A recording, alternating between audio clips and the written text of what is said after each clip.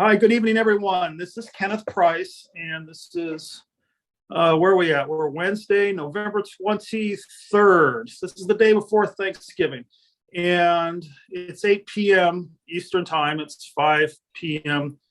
Pacific Standard Time, and this is our 36th midweek Zoom call for the ministry I'm hosting, psychiatricsobriety.com, and this is my 5-minute introduction. This is being recorded for YouTube. I record, or I don't. I do record. I record these Zoom calls for exactly 1 hour, and so just FYI, heads up, we are going to be broadcast on YouTube for the next 60 minutes.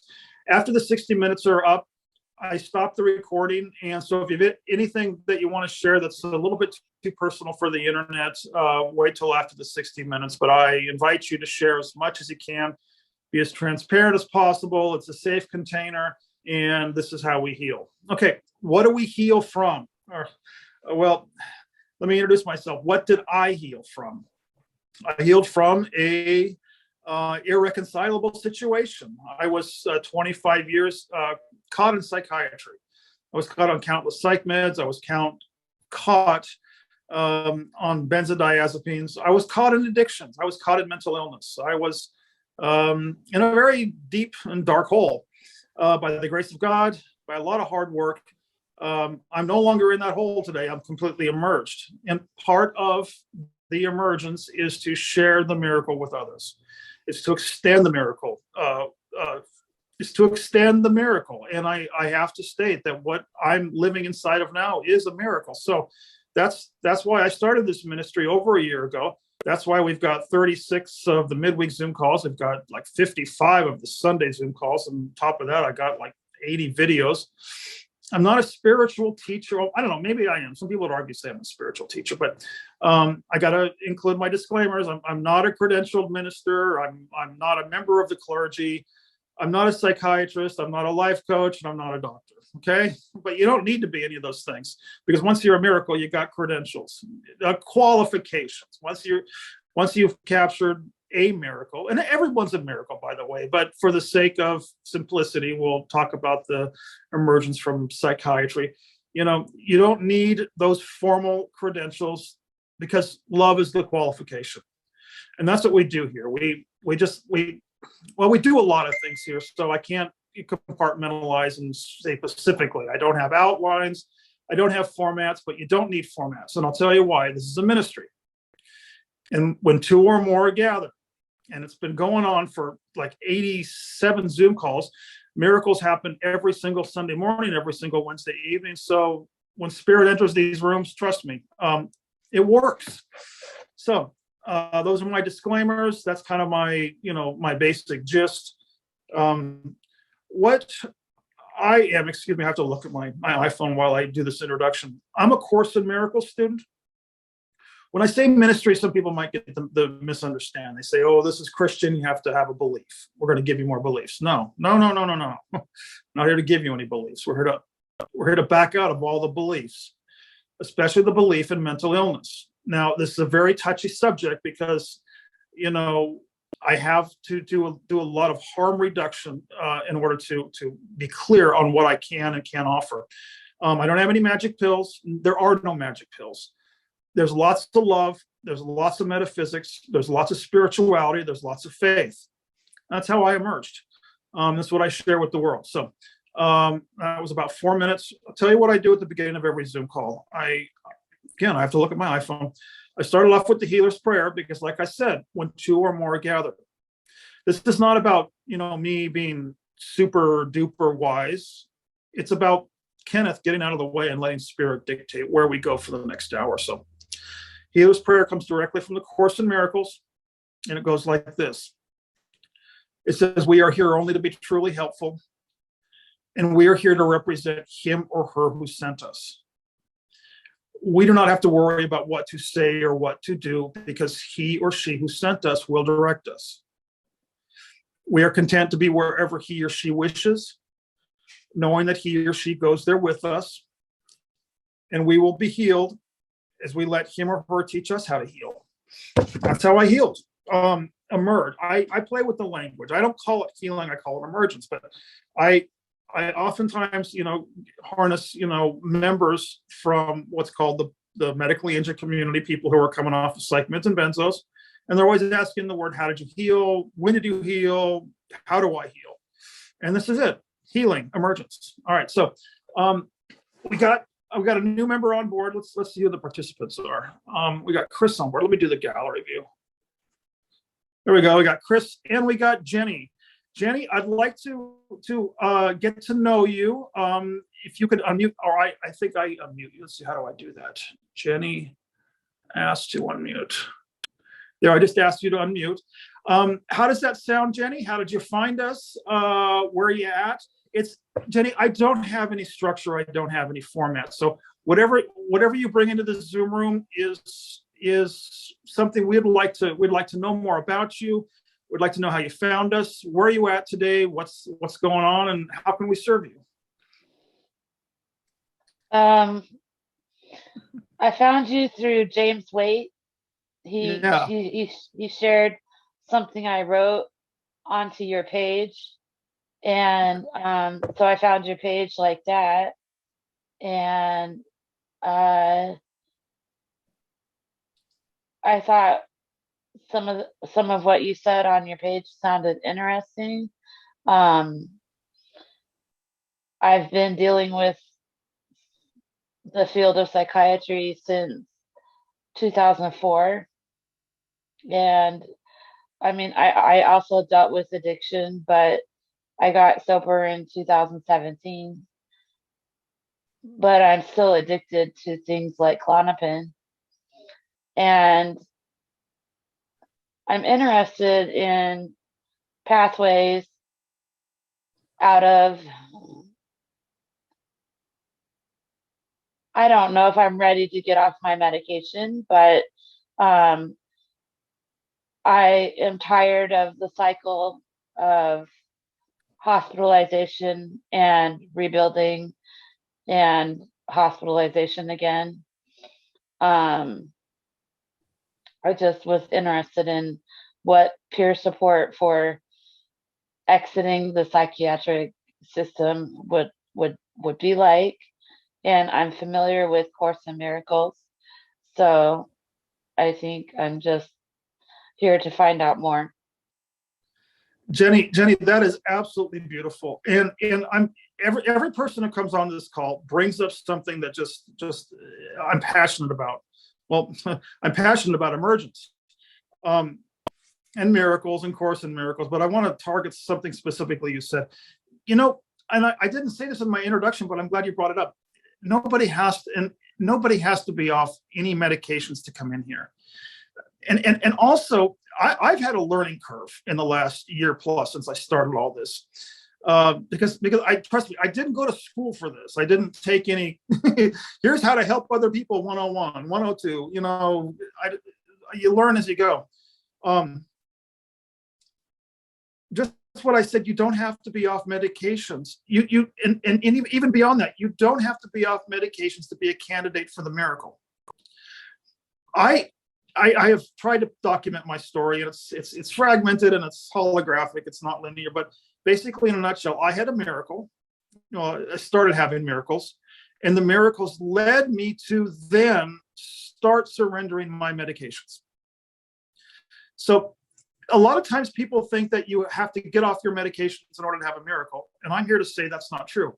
The miracles begin, and then, like, for instance, I had a woman on last spring. Her name is Svava Love. And she got terribly connected.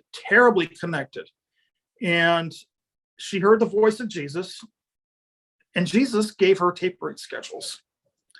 You'd believe it or not. And the other thing is,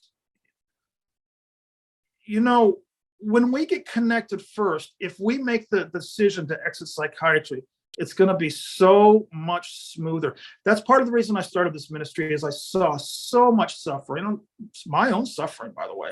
And I said, there's got to be a solution to all this. And the solution was really a no-brainer. People need to get connected. Psychiatry is actually, I don't want to say carte blanche. We're not here to protest psychiatry, and I mean, we all know the problem. But I mean, if you want to kind of put in black and white, psychiatry is about disconnection. Psychiatry breaks things into fragments. That's called allopathy, when we categorize and we try to judge, label, and hierarchy. Miracles, it says in the Course of Miracles, there's no hierarchy of illusions. How does it? Maybe you can know the language better, or maybe there's no hierarchy of miracles. It goes, but that's the general gist. If you're interested in the Course of Miracles, you come to the right place. That's how I emerged. I simply, Beloved, one of our members interviewed me last Wednesday, and she was asking me some very poignant questions and how I got off all my meds. And very simply, when I started doing the spiritual work, I just stopped believing in them. I started to realize the higher truths of who I was. And, to use my own words, I just started viewing them as placebo sugar pills. Really, I didn't hear the voice of Jesus come in and give me a taper schedule. Mine looked different than Swava's. He showed me what they really were. He said, they're just sugar pills, placebos, and you believe in them. And he said, you don't believe in them anymore. I mean, that was what my miracle looked like. So, slowly I just started, I guess I tapered, I just slowly started take, the pill, the little prescription bottle would say, take one in the morning and one in the evening. Not just take one in the morning. Now, I mean, I'm just general. I'm not giving anybody specifics, but, and the next day I take two. The next day I take, one in the evening. The next day I take two and one. And then eventually I just take one and one. And eventually it was one, skip a day, one, skip a day, one, skip a day. And then eventually one, skip 1, 2 days. Until eventually I one day just kind of woke up. I said, I'm all out of pills. My life took a lot of twists and turns. I call it my vision quest. But each twist and turn was guided. Go meet this teacher. Oh, go attend this workshop. Go absorb some of this wisdom. Next thing you know, I'm not mental. I never was mentally ill. And now that I can say that, I don't see mental illness in anyone anymore. I'm like, for instance, like I wish we were doing, one-on-one. I look at you and I see beauty. I see an innocent little girl who just, the same thing that all adults, and we get, every adult gets some challenge in life, but basically when it comes down to it, we're just innocent children. And innocent children don't need pills. Now there's a lot of complications, I took those pills for a reason. I had that trauma. So we do all sorts of things here. We even do trauma work. It's traumatic being a human being. Right, Chris? Truth. Yeah. Man, that's interesting to hear, Kenneth, because I relate to a lot of what you're saying, even though our paths are so different. Jenny, I'm coming off of a antidepressant that I've been on for like 24 years, and I'm tapering off very slowly. But to Kenneth's point, I started when the pandemic hit, I was like not doing well, like a lot of us, and I wanted to try something new, try something different. I felt like I had done so much therapy. I'd been in and out of so many psychiatrists' offices. And so I found this woman online who was offering meditation courses. And I'd never really meditated or learned how to meditate, and dove in with both feet and did these meditation courses throughout the quarantine. And I was on my antidepressant, a large dose of Paxil at the time. And then after about a year of those classes, there was a day where I had no plan to get off my antidepressants. But there was one day after about a year of these classes, I was sitting on my couch, just watching TV. And I was struck with this thought. It was like a semi-truck. And it was just this simple statement of, Chris, you got to get off the pills. Like, it's time. And I had tried many years ago, twice before, unsuccessfully. I didn't know enough about some people can go a little faster. Some people have to taper really slowly. I think I just have to taper very slowly. But my story really aligns with what Kenneth was saying, where I was technically doing the work. I was doing all these meditations, and we were doing inner child work and all this stuff I really hadn't done before. And I think what was happening, now that I look back, is I think it was like slowly reconnecting me. I was meditating and spending all this time trying to connect to my higher self, to God, to whatever you want to call it. And I think after enough practice of slowly reconnecting, I then received that message, which it is amazing. It sounds amazing, but also it's like kind of makes logical sense. If these drugs are like disconnectors, and then if you do some kind of activity, spiritual activity, or something that reconnects you, maybe you'll be struck with a similar message. I share that because it's not just my story. I hear it from a lot of people that they were on the pills until for some reason they felt they really started needing to get off the pills. So, everyone's path is different. Don't feel like you have to rush anything or make any big decisions. But that is something I hear a lot, that people will say they had no plan to get off their pills, and then something happened in their life, something changed, and it became very evident to them that, okay, now's the time. I just think that's fascinating. Well, that's so well said, Chris. This is why I keep, why I keep recording these. No one's ever done this before. They just came up. Prozac didn't come out until the 1980s. So, that was the very first, serotonin reuptake inhibitor. So, no. Now it's been 30 years later, over 30 years. Now people got to get off of them. Well, nature abhors a vacuum. So when Jesus, get off your pills and you be the one to fill the vacuum. You be the vacuum cleaner. How's that? I'm a vacuum cleaner. But I think that's what it is. Like, there's so many, we don't know much about these drugs, and there's been so much hidden data, and I don't know, it's, but I think in its simplest forms, I like to think of them as like emotional painkillers. They're disconnectors, and that can be very, very helpful for a period of your life. But after a long period of time, things get weird when we're so disconnected from ourselves, and it makes matters worse. And then the tapering process, whatever that looks like for you, I think is a process of reconnecting. Like Kenneth says, emerging. You could almost also say plugging back in, you're getting plugged back in. And it can be very painful, and it can be shocking and come with all these emotions, because it's almost like, and again, this is my own theory, but it almost feels like there's like a backlog for myself. There's like been this backlog of emotions, and during the tapering process, it's like a chance to all right, time to go through all that stuff that was brushed under the rug, time to finally open that closet door and let everything tumble out and sort through it, and, do that kind of work. And the other thing I want to mention, Jenny, is one of the something that I want to anchor in this ministry is no fear. We can hear all of these stories from people who are tapering and who have tapered or who are off of them. And it's very easy for our mind to want to say, oh, I want to try and figure out what mine's going to look like. I want to jump ahead and forecast and plan, strategize. And I think planning is very important, especially if we're going to get tapered schedules, et cetera. But I want to be very clear that the most effective way to move through one of these is to stay in the present moment, which is what Chris was saying, by the way, about that's what meditation is all about.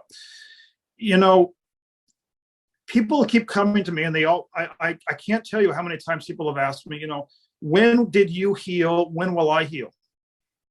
And I had a large learning curve with this ministry. I didn't know how to answer that question.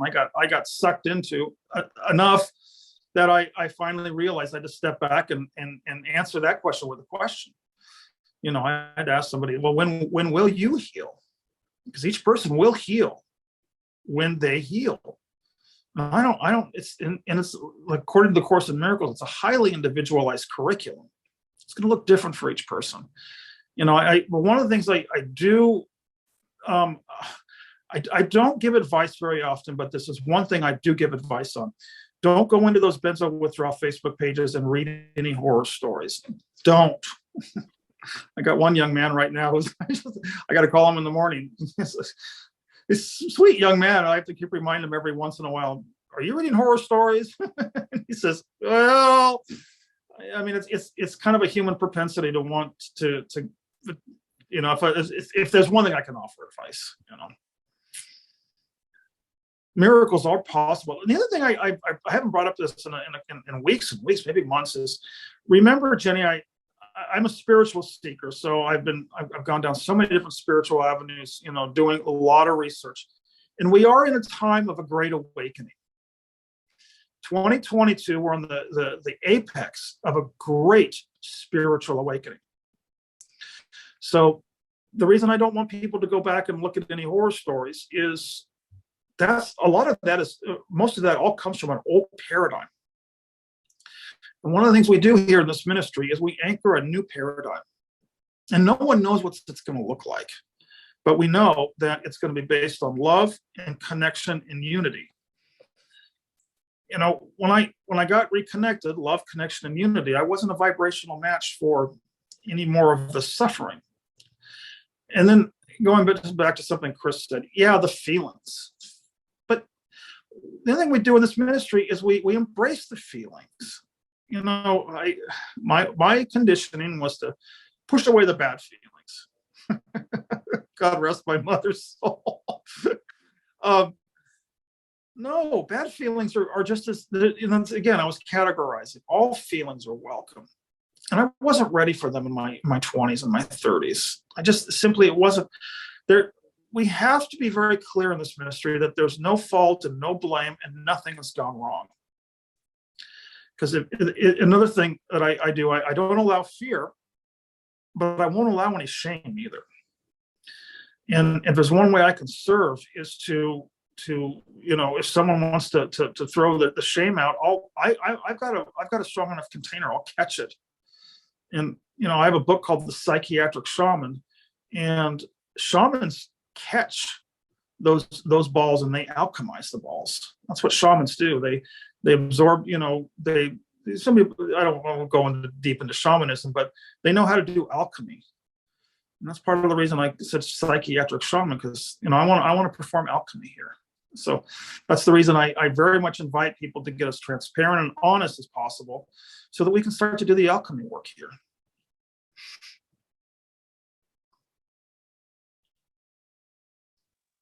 I probably would have stopped taking the medicine a long time ago, except my husband is invested in my treatment and he thinks the medicine works, even though I'm still unstable despite taking some heavy duty medication.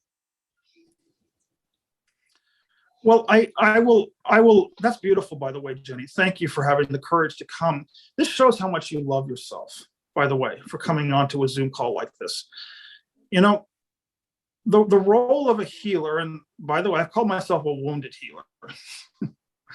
I mean, when someone emerges, you can't not be a healer. And everyone here is going to be a healer.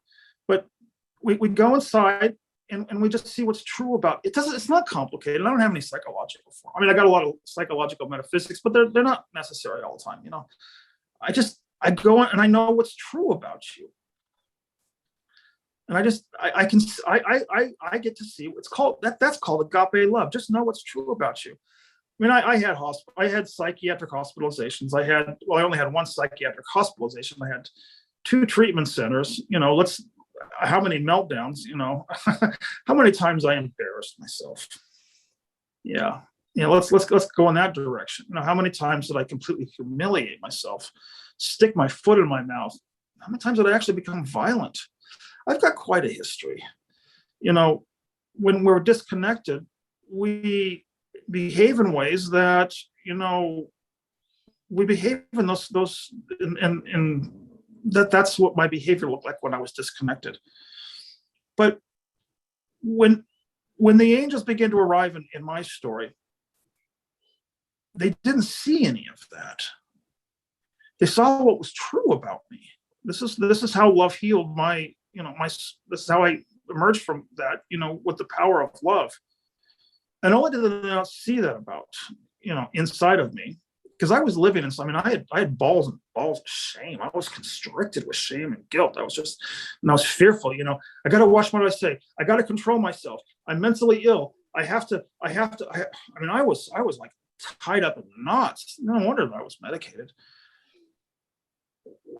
I had some very powerful teachers, and some of them, it's not like they were, credentialed. You don't have to be credentialed to be a powerful teacher. You have to be connected to be a powerful teacher.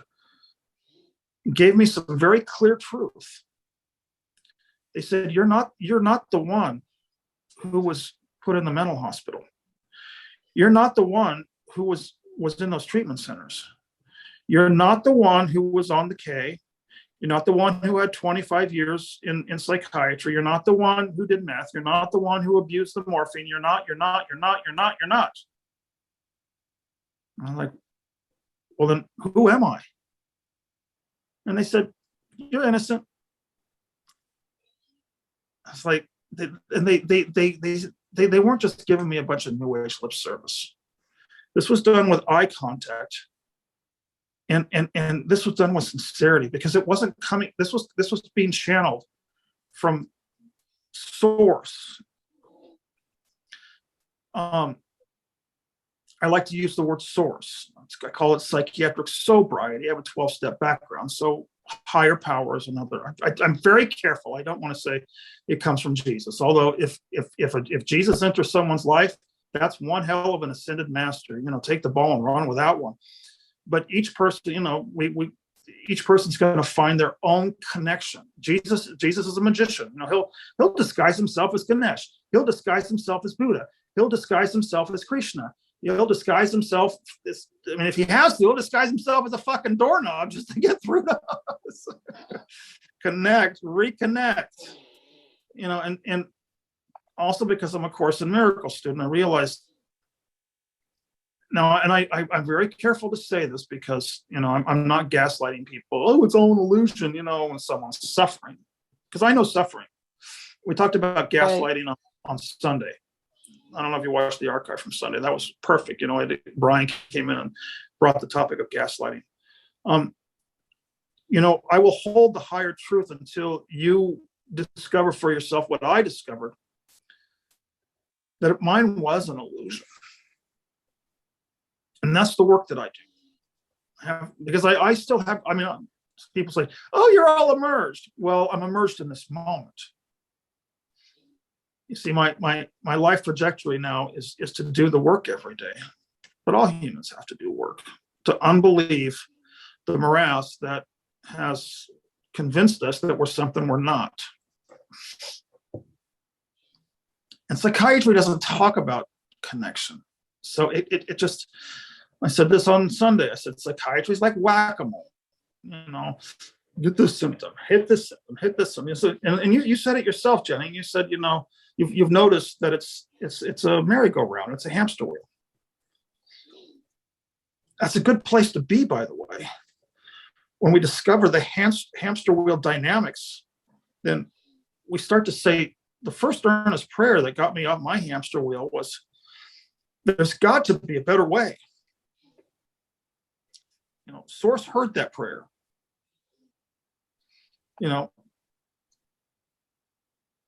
Some people don't understand what prayer is.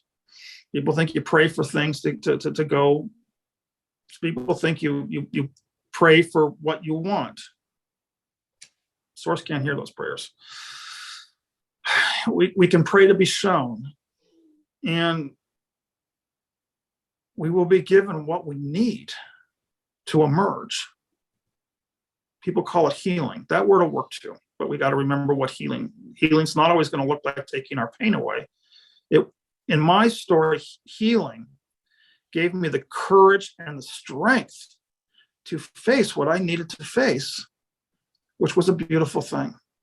I could not be doing this ministry if I had not spent 25 years lost.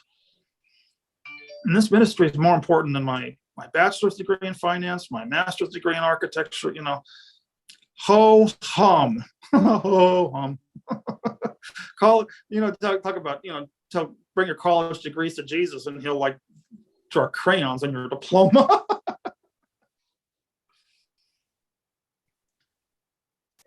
Yeah, you know, talking about like things we have to unbelieve. You know, I always believed I was sick. I was diagnosed as OCD when I was a kid. I was diagnosed with anxiety, and I certainly had anxiety. Later was diagnosed with depression. But like with those labels, I just thought, okay, that's what I am. These are like lifelong conditions. You know, I believed in the whole chemical imbalance theory and all these things that pointed to just like get on the meds.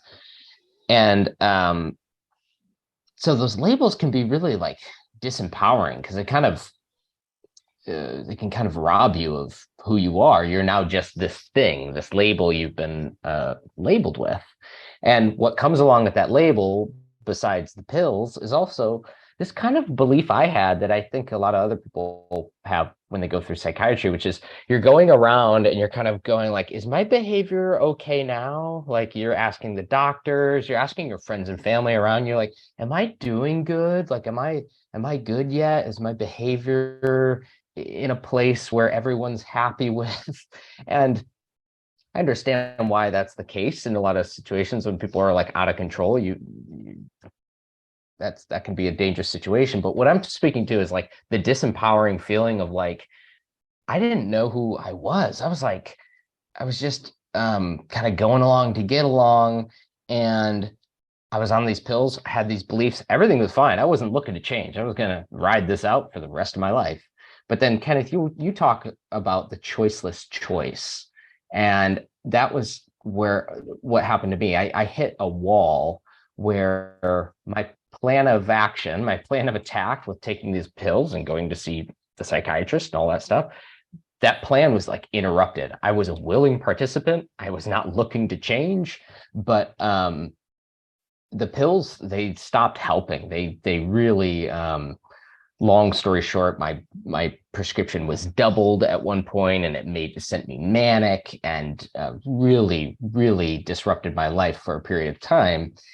And that experience and just this, it all led me to this question of like, is this even helping? Like, if this is supposed to be the solution, everything should be fine, but it's not fine. And Kenneth, you talk about the choiceless choice. Okay, I'm willing to keep going on my pills and everything, but man, that's no longer working. And the thought of getting off the pills is terrifying. And I have no idea what that looks like. And it feels like this just choiceless fork in the road. But I think for me personally, I decided to get off my pills because being on the pills got so bad that I thought like, and I was suicidal.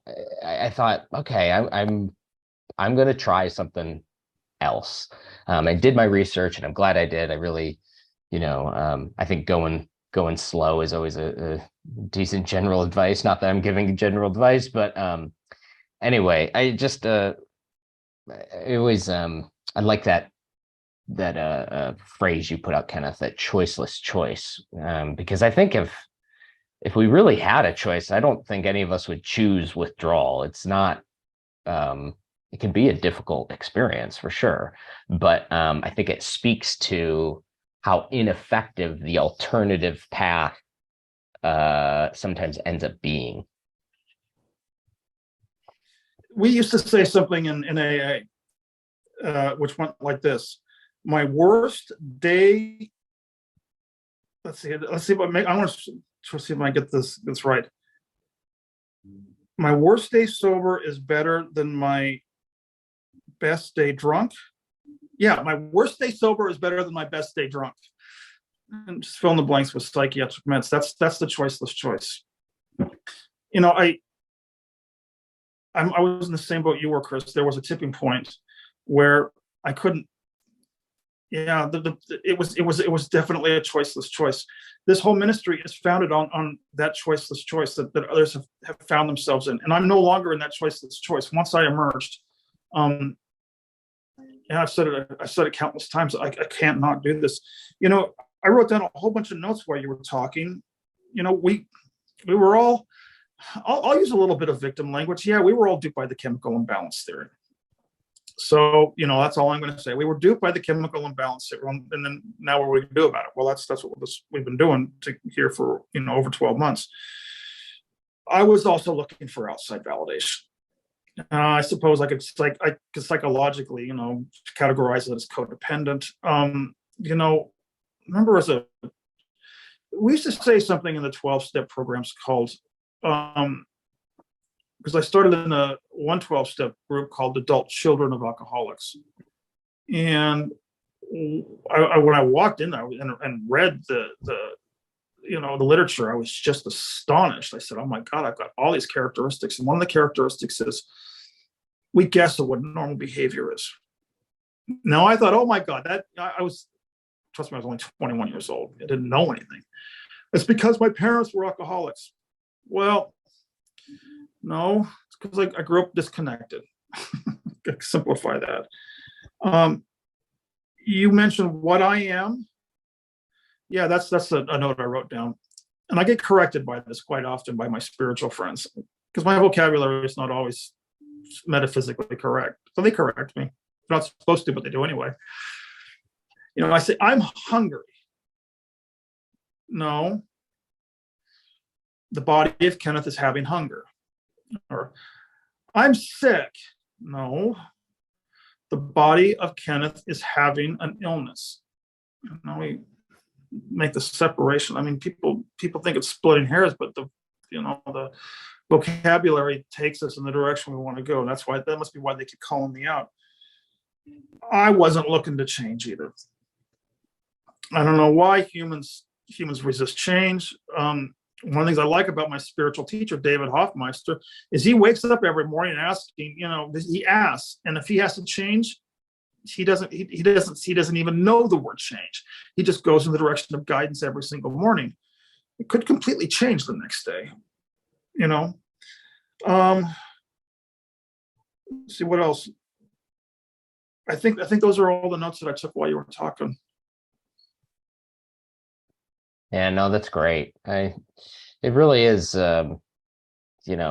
this whole process for me has been a real journey, really transformational. And yes, there's this physical aspect of coming off the pills, but changing my mindset has been so powerful. And it's very, you mentioned something about strength earlier, Kenneth. Like, it's been a very like the tapering process for me has been very, it's helped me cultivate more strength and confidence. For a while during my taper, I had like zero confidence. It like shattered in front of me. I had a hard time like looking at people for a while. Really, really insecure. But I think all of that's fear. You're going through so much, or again, just me. I'm not trying, everyone's process is different. But for me, I was just having a lot of fear in different parts of my taper, and I'm still in it on a low dose. But where is I going with this? But what I so appreciate about this group, what I'm so thankful for, seeing how Thanksgiving is tomorrow, is the fact that we like reframe this tapering process to be an opportunity to cultivate strength, an opportunity to cultivate resilience, an opportunity to, like Kenneth said, like look at all of our emotions and accept them all. And there's a saying of like, have your anger or your fear or whatever those nasty emotions are, have them in for tea, have them sit down and have a mental conversation with them and kind of ask them why are you here. That way of just thinking and looking at our own emotions and that reframing, I think is so powerful. And that's really what's been so helpful and transformational for me. we'll get to Jenny in just a second because I want to hear how this is sitting with her, but you said change the mindset. Of Course in Miracles student. What a Course in Miracles student do? They do mind training. I honestly, and I said this before, it was like, for me, it was groundbreaking. I didn't know I was asleep. I had no reference point for it. Was like trying to describe a water to fish. Sit all day long trying to describe water to the fish.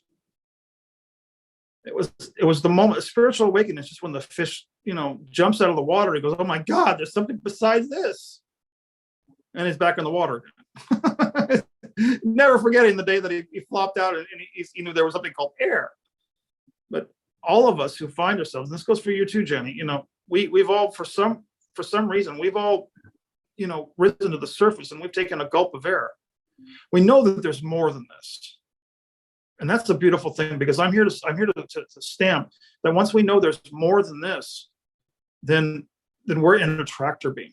My teacher calls it a tractor beam, like, beam me up, Scotty, Star Trek. I do construction. You can obviously, see in my workshop.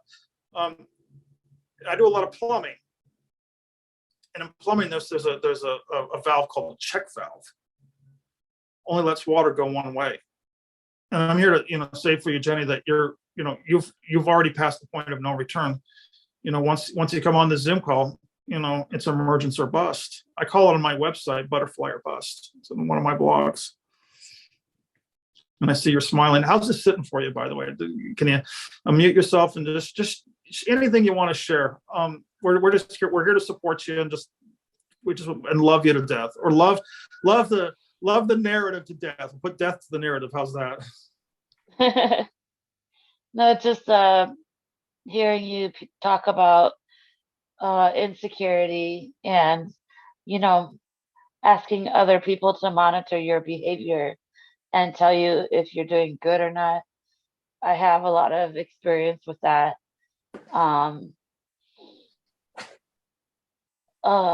At the core of everything is a lot of fear. Fear of permanent insanity. I don't know. I think that if I were to change my personal beliefs about myself, it would probably have an effect on the way my husband treats me, on the way my doctor treats me. I mean, with my husband, there's definitely some codependence, and my doctor's a good doctor, except like he's prescribing based on what I'm telling him. And I remember one time I was in crisis, and one day he tells me, "Stop taking Klonopin, just stop, because that's why you're sleepwalking and doing all that stuff." And then the next day I talked to him again, and he told me to take Klonopin twice a day. So it's like he's just trying to be helpful, and he's responding to the way I'm talking. And maybe if I talked about things differently, I would get a different response from people. And I've been on the spiritual journey for a long time, and I've had many awakening experiences, but still somehow some part of me thinks that I'm sick, and that I have to take medicine just to be like a normal person. Oh, go ahead, Jenny. I went off my medicine 10 years ago, and I left my husband, and I went to California, and I had the darkest night of a soul ever in my life. And it scared me so bad that I came back to Michigan, went back on my meds, and thought, this is what I have to do just to function in life. There's a couple points. Good. That's beautiful, by the way. You know what? To me, that story is beautiful. That's the story of the caterpillar who's in the cocoon. We all know what happens after the cocoon. I got to share with you, Jenny, how many times, I went into a dark night of the soul and went back on my meds. I'm 55 years old. So you can see a few times. That's just what happens in the cocoon, by the way. And that's what Chris was saying. I reframe everything. Caterpillar, cocoon, butterfly. It's so simple that way. You're right, it is fearful in the cocoon. And I'm not going to call this a withdrawal. I'm not going to call it mental illness. And I'm firm on that. The other thing I'm firm on is, I don't know if you've watched my videos, but I won't let people call these withdrawals. I say these are pharmacologically induced dark night of the soul. Put it straight back into the cocoon every single time. But I can remember, being on the closet. I can remember the sleepwalking. Remember the sleep talking. Yeah, my soul. I'll tell you what mine was all about, and then we'll get to the good stuff in a minute. I was my soul wanted to give birth. Literally, I'm not shitting you. My soul was just ready to give birth. They tell it to a psychiatrist, and they'll say, they'll roll their eyes and say, schizophrenic. No. And now I want to get to the good stuff. There's an essay on my website, What a Shaman Sees in a Mental Hospital. Have you ever read that essay? You're in for a treat, sweetie. It's not what we think it is. And the reason it's fearful is because the fear narratives, it's just like fear porn, just like the CNN or some of those other cable news. It's just nonstop fear porn. None of mine turned out, not a single one of my fears came true. And the biggest fear was that I was mentally ill. Or the other one, my brain's been damaged. I'd like to invite you to look at my website that I created. Jenny, I did have a near-death experience. They call them NDEs. And I was shown beyond a shadow of a doubt that these fears are exactly as the acronym states, false evidence appearing real. But you need to hear that from somebody who was 25 years on psych meds and benzodiazepines and mental hospitals and treatment centers, alcohol, cigarettes, sex, morphine, meth, blah, blah, blah, blah, blah, blah. I was a mess. But like that fish, once I got to the surface and realized there was more than just water. Now I'm immersed in water every day. But there's a new reference point that I can, start this ministry with and share it with others. And I will tell you, I will stamp that the Jenny that I'm talking to on Wednesday, November 25th, 23rd at 8:48 p.m. is not mentally ill. Who I'm talking to, I'm going to bypass all these labels that everyone else, unfortunately, and I'm sorry they can't see this about you, Jenny. I'm sorry they can't see it in you. I'm more sorry for them, not for you. I'm sorry that they're not able to see it in you. I can see it in you. You're an innocent little girl. You've never done anything wrong.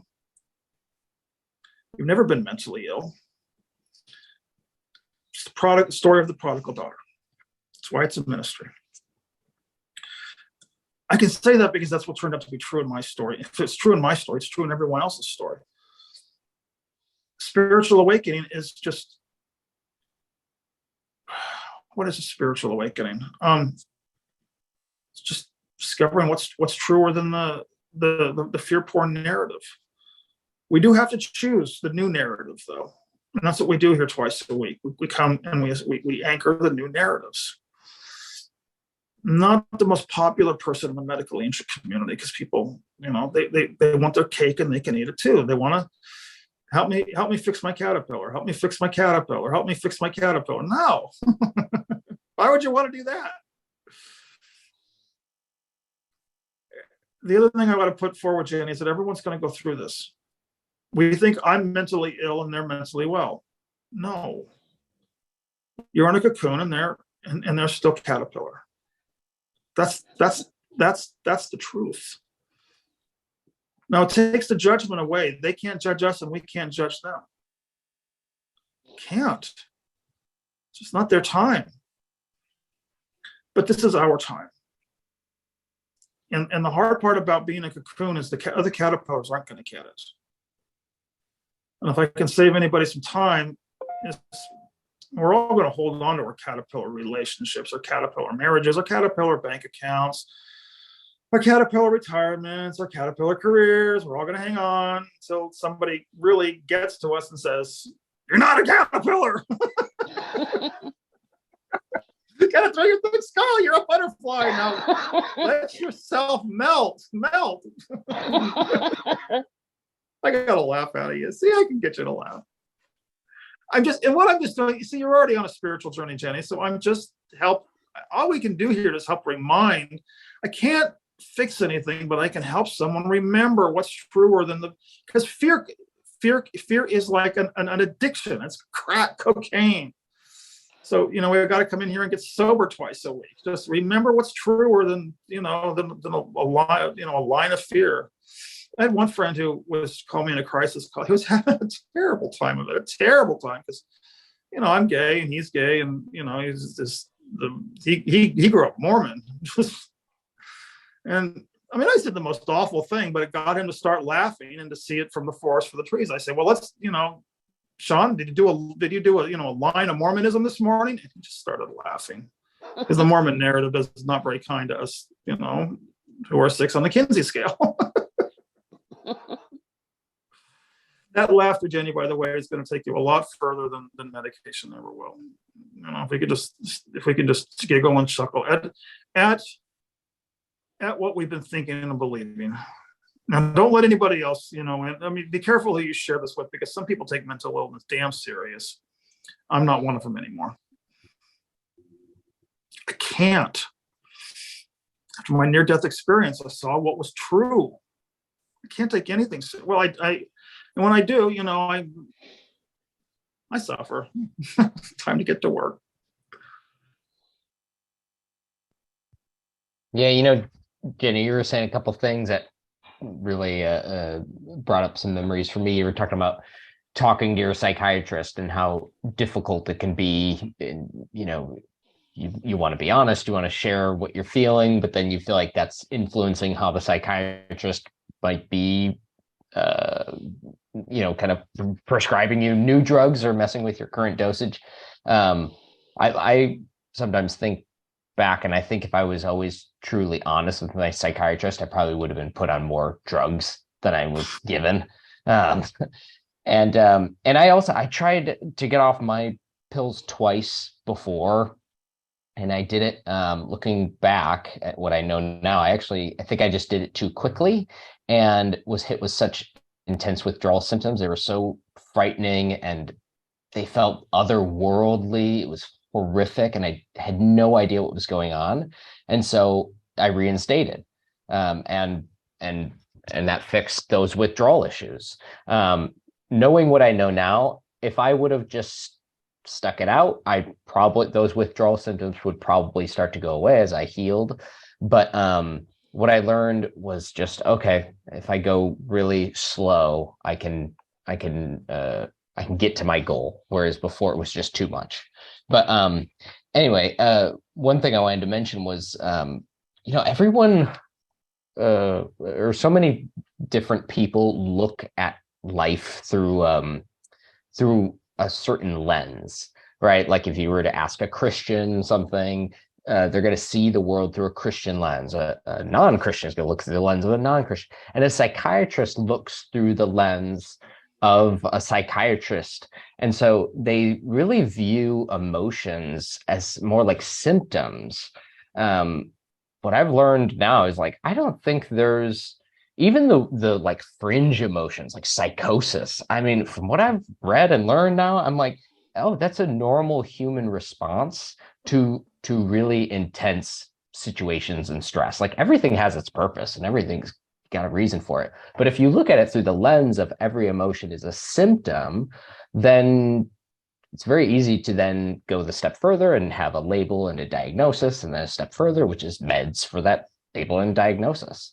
So it does get really tricky to have conversations with someone who looks through life through such a different lens, especially when that lens directly affects your prescribing, the prescriptions you're taking.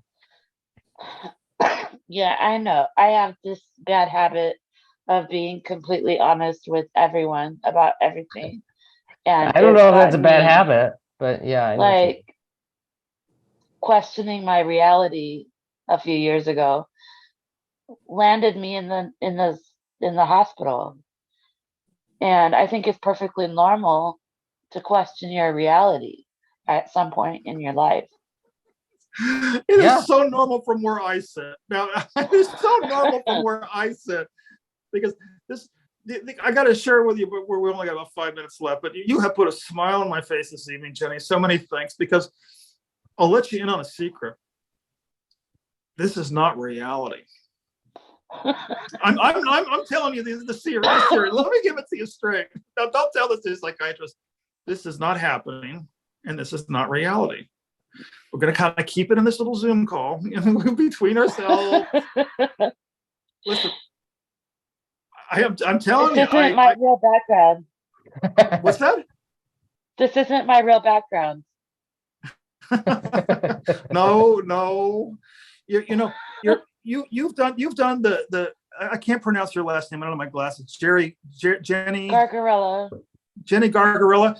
You have done such an amazing job of playing the dream character, Jenny Gargarella. Your performance is going to get an Academy Award for fooling everyone into thinking that you are a Jenny. Good work. You almost had me fooled too. No. Now, just don't tell your psychiatrist firmly believes that you're Jenny. Okay, so let him have that belief. But just between us, our little secret is we know the truth about you.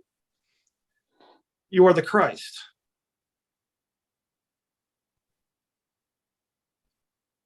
It's as simple as that.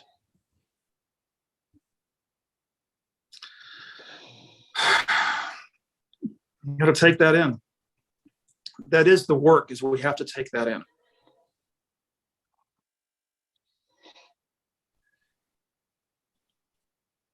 You were never born a Jenny, and you're not going to die a Jenny.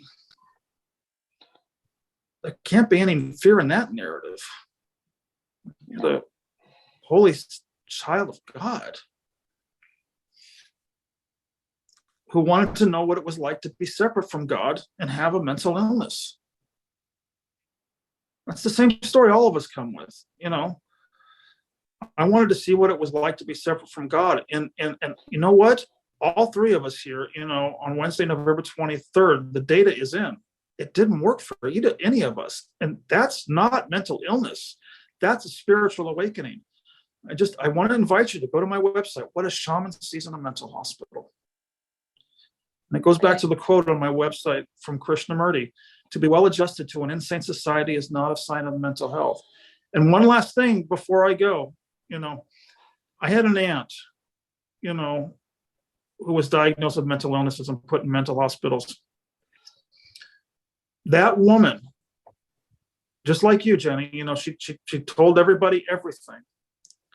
She saved me from suicide because of her heart. That's what you've got. It's your heart, Jenny. That's we call it connection. I call it the heart. Anyway, okay, I'm going to wrap up the YouTube archive. You guys keep the Zoom room open, but I'm tired. I gotta go to bed. This is Kenneth Price. This is Wednesday, November 23rd, and this is the 36th midweek Zoom call for the ministry I'm hosting, psychiatricsobriety.com. We had somebody new on board who just warmed my heart. I cannot thank Jenny enough for coming on, this Zoom call, because with this participation, this ministry will keep going. We've had Chris. Chris is one of our regulars. Thanks again, Chris. I just can't. I enjoy seeing you and dialoguing with you every time. If you're watching this on YouTube, Leave your comments below. And also, if you're watching this on YouTube, please come in and join us at 9 a.m. Pacific time on Sundays, 5 p.m. Pacific time on Wednesdays. I can't emphasize enough that I need participation to keep going. We're archiving these. The purpose of this Zoom call is to rethink the mental illness model. I emerged from 25 years psych meds, benzodiazepines, and addictions to anchor higher truths and do just watch what we did the last hour. We watched a miracle because Jenny started laughing. They say in the Course in Miracles, the tiny mad idea was when the son of God, daughter of God forgot to laugh. So anyway, that's all for this Wednesday. God bless and have a happy Thanksgiving, and may the force be with you. That's it. Bye.